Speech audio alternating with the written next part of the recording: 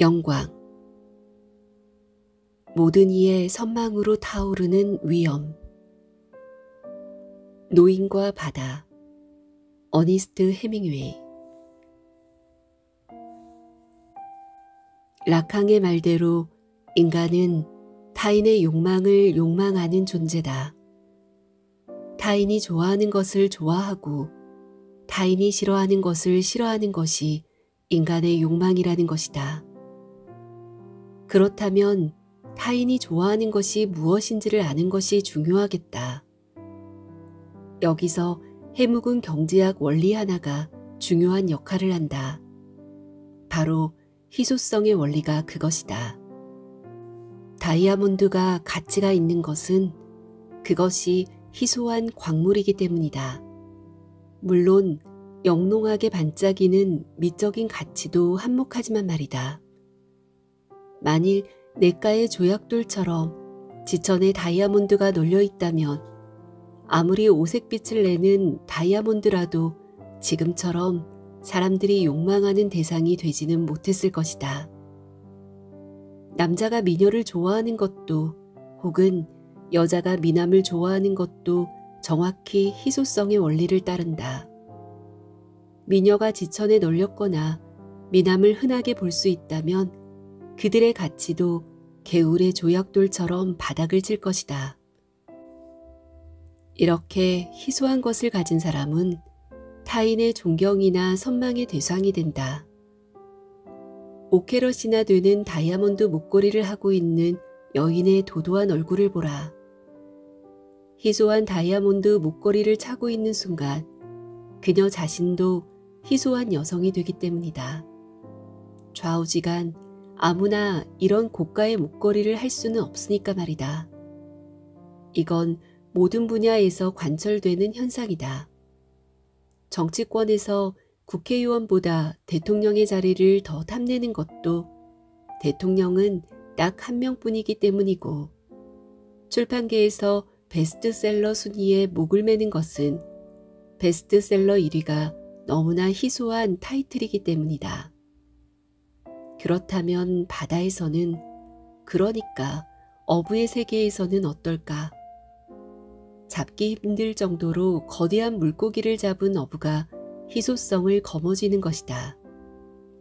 한번 보기도 힘든 희소한 물고기를 잡는 순간 어부 그 자신도 희소한 존재가 될 테니까 말이다. 여기 한때 존경받던 어부가 있다. 그의 놀라운 낚시 기술은 찬탄의 대상이었고, 당연히 자식들을 훌륭한 어부로 키우려는 부모들은 앞다투어 그에게 자신의 자식을 맡겼었다. 그의 곁에서 함께 낚시를 하면서 그보다 더 훌륭하고 존경받는 어부가 되기를 바라면서 말이다. 그렇지만 노쇠해서 그런지 이제 그는 바다에 나가 아무것도 잡지 못하고 빈배로 돌아오기 일쑤였다. 항구를 나갈 때나 항구로 돌아올 때 그를 맞이하던 항구 사람들이 사라진 지 오래다. 누구도 그가 언제 배를 타고 나갔는지 혹은 언제 돌아왔는지 관심도 없다. 설상가상 그를 마지막까지 따르던 소년도 그의 곁을 떠나고 만다. 바다에 나가 허탕을 치고 돌아오는 경우가 많은 늙은 어부에게서 무엇이 배울 것이 있어 자식을 맡기겠는가. 더 이상 지체할 수가 없다. 이제 혼자서라도 이 세상 누구도 보지 못한 대어를 잡아야 한다. 더 늦었다가는 잃어버린 영광을 되찾을 기회마저도 사라질 것이다. 어부는 자신이 점점 더 어부가 아니라 노인이 되어간다는 걸 느끼고 있었으니까. 도대체 영광이란 어떤 감정이기에 노인을 자신의 노쇠함을 무릅쓰고 험한 바다로 내몰게 되었던 것일까? 스피노자의 도움을 받아보자. 그는 약간은 비장한 어조로 영광의 감정을 이야기하고 있다. 영광은 우리가 타인이 칭찬할 거라고 상상하는 우리 자신의 어떤 행동의 관념을 동반하는 기쁨이다. 스피노자 에티카에서 내가 한 어떤 행동으로 인해 타인의 칭찬을 들었을 때 우리가 느끼는 감정이 바로 영광이다. 물론 우리의 행동은 아무나 따라할 수 없는 영웅적이고 초인적인 것이어야 한다. 한마디로 희소한 행동이어야 할 것이다. 오직 그럴 때에만 우리의 행동은 타인들로부터 찬양을 받을 수 있다. 늙은 어부에게서 그것은 가장 거대한 고기를 잡을 때에만 가능한 것이다. 해밍웨이에게 노벨상을 안겨주었던 걸작 노인과 바다는 영광의 뒤안길에서 한 번이라도 다시 그 영광을 되찾고 싶었던 어느 늙은 어부의 인간적인, 너무나 인간적인 서글픈 이야기를 담고 있다. 과거의 영광을 산티아고 할아버지는 되찾을 수 있을 것인가? 가장 뛰어난 어부라는 칭송을 다시 들을 수 있을 것인가? 마침내 멕시코만의 깊고 짙은 바다에 떨어지려는 낙조를 배경으로 지금까지 한 번도 본 적이 없는 거대한 물고기를 잡으려는 어느 늙은 어부의 고독한 사투가 시작된다. 마침내 그의 낚싯대에는 그가 이전까지 보지 못했던 거대한 청새치가 걸려들게 되었으니까. 제기랄, 고기놈이 저렇게 큰 줄은 미처 몰랐는걸. 하지만 난 저놈을 꼭 죽이고 말 테야. 아무리 크고 아무리 멋진 놈이라도 말이지. 그가 다시 말했다. 하긴 그건 옳지 않은 일이긴 해. 하고 노인은 또 생각했다. 하지만 난 녀석에게 인간이 어떤 일을 할 수 있는지 또 얼마나 참고 견뎌낼 수 있는지 보여줘야겠어. 나는 그 아이한테 내가 별난 늙은이라고 말했지. 지금이야말로 그 말을 입증해 보일 때야. 노인이 말했다. 지금까지 그는 그런 입증을 수천 번이나 해보였지만 결국 아무런 의미도 없었다. 지금 또다시 그것을 입증해 보이려고 하고 있었다. 매 순간이 새로운 순간이었고 그것을 입증할 때 그는 과거에 대해서는 조금도 생각하지 않았다. 노인의 꿈은 아주 단순하다. 마지막까지 자신을 훌륭한 어부라고 믿었던 소년에게 그의 믿음이 그르지 않다는 것을 보여주고 싶었던 것이다. 한마디로 평범한 늙은이가 아니라 별난 늙은이라는 것을 보여주려는 것이다. 별나다는 것은 희소하다는 것이고 이것은 결국 거대한 고기를 포획하는 것으로 보여줄 수밖에 없다. 노인은 어부였으니까 말이다. 그렇지만 희소한 것이 희소할 수밖에 없는 이유는 아무나 얻을 수 없는 것이기 때문이다. 그러니 그것은 노인의 말대로 어떤 일을 할 수 있는지 또 얼마나 참고 견뎌낼 수 있는지를 보여주는 강인한 불굴의 의지와 노력이 없다면 불가능한 일이다. 얼마나 거대한 영광을 가져다 주려는 것인지 거대한 고기는 결코 자신을 쉽게 내주지 않고 노인이 느낄 영광의 높이를 더 높여주었다. 그러니 청새치와의 사투는 매 순간순간이 위기였지만 또한 희망이기도 했다. 고기는 매번 노인에게 한계를 주고 그것을 넘어서도록 만들었으니까 말이다. 마침내 노인은 영광을 되찾게 된다. 그 거대한 청새치를 잡는 데 성공했으니까. 그렇지만 잡은 고기는 너무나 커서 배 안에 들여놓을 수조차 없었다. 그러니 배 옆에 튼튼히 묶어둘 수밖에 없는 일이다. 그렇지만 피를 흘리고 있는 고기를 멕시코만의 상어들이 가만히 둘 리가 없다. 영광을 안겨줄 고기를 상어로부터 지켜야 하는 두 번째 사투가 시작된 것이다. 처절한 사투 끝에 항구로 돌아온 노인에게는 상처뿐인 영광만 남게 된다. 살은 모두 상어에게 뜯어먹힌 채 5.5m짜리 청새치의 잔해만 노인의 작은 배에 매달려 있었으니까. 다행스러운 것은 그 정도만으로도 노인이 처음에 꿈꾸었던 소망은 어느 정도 이루어졌다는 점이다. 단 한 명의 소년만큼은 노인이 얼마나 위대한 어부인지를 인정하고 찬탄했으니까 말이다. 그래서 소년은 이제 부모의 말을 어겨서라도 노인과 함께 바다에 나가겠다고 다짐한다. 이젠 할아버지하고 같이 나가서 잡기로 해요. 어쩌면 노인은 자신이 이제 더 이상 과거의 영광을 되찾을 수 없을 정도로 노쇠했다는 것을 잘 알고 있는지도 모른다.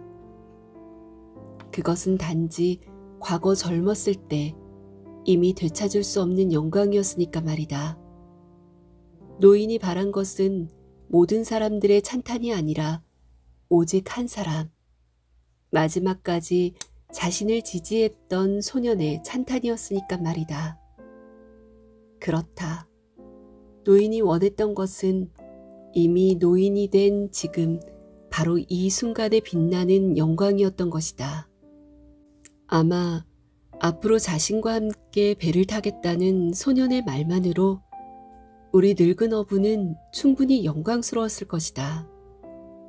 그래서 노인과 바다의 마지막 구절은 우리를 아련하게 한다.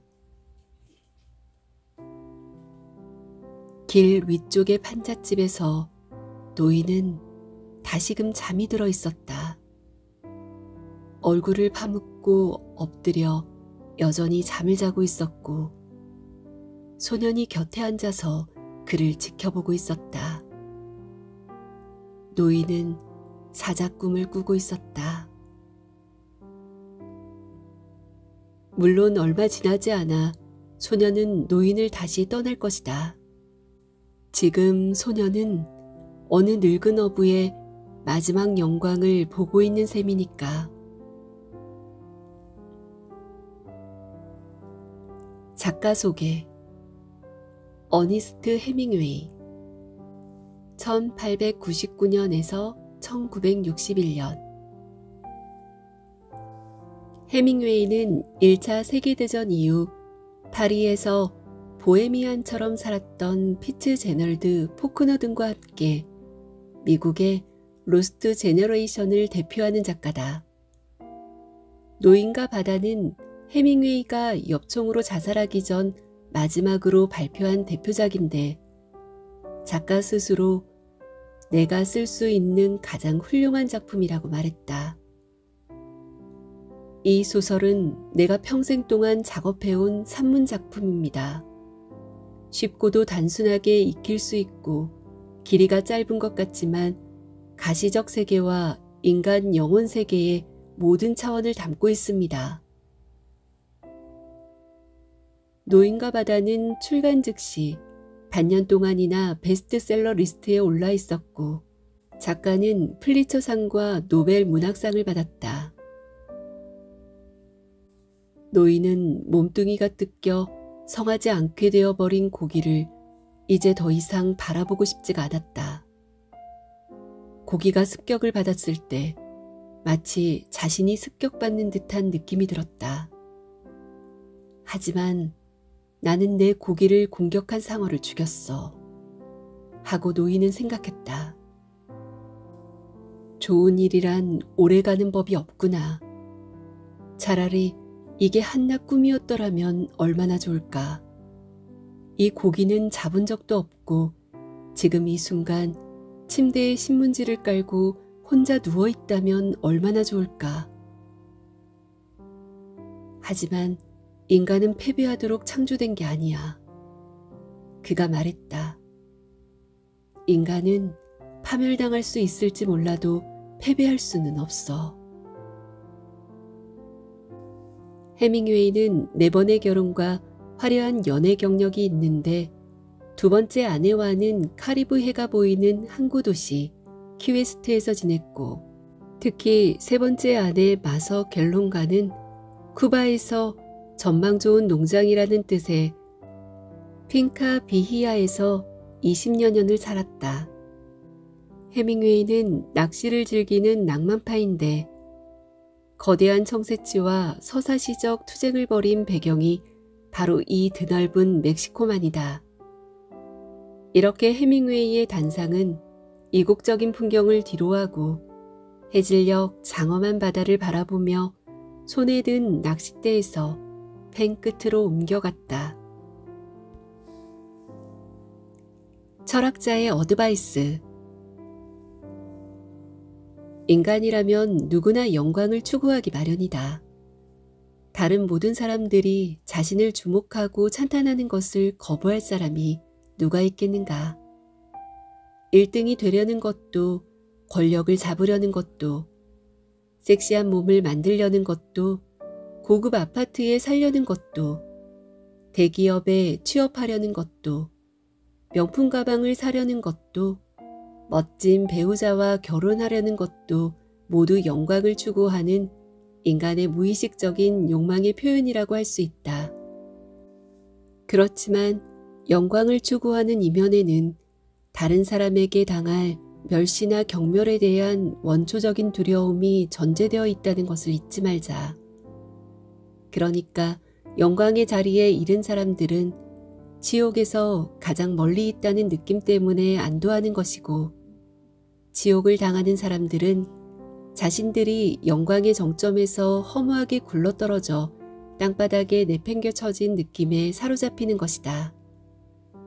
권력이나 자본이 항상 상벌의 논리로 우리를 유혹할 수 있는 것도 우리에게 영광을 추구하고 지옥을 멀리하려는 욕망이 있기 때문이다. 사실 권력과 자본은 유년 시절부터 몸서리 쳐지는 치욕의 경험을 선사해서 우리에게 치욕을 겪는 것에 대한 무의식적인 공포심을 각인시켰는지도 모를 일이다. 어쨌든 권력과 자본은 진정한 영광의 자리를 오직 한 사람만이 차지할 수 있도록 세팅해 놓았다. 권력의 해묵은 공식이 생각나는 대목이다. 다수를 지배하기 위해서 소수는 반드시 다수를 깨알처럼 분리시키고 분열시켜야만 한다. 어쨌든 지나치게 영광에 집착하는 사람들은 스스로 기꺼이 고독을 감내해야만 한다. 영광에 집착하는 사람은 사랑과 유대의 가치를 망각하고 타인을 경쟁 상대로만 생각하기 때문이다. 인간적인 유대와 사랑을 원하는가? 공존과 공생을 원하는가? 그렇다면 영광을 멀리하고 치욕을 기꺼이 감내할 일이다. 이럴 때 우리에게는 전혀 다른 세상이 펼쳐지게 될 것이다.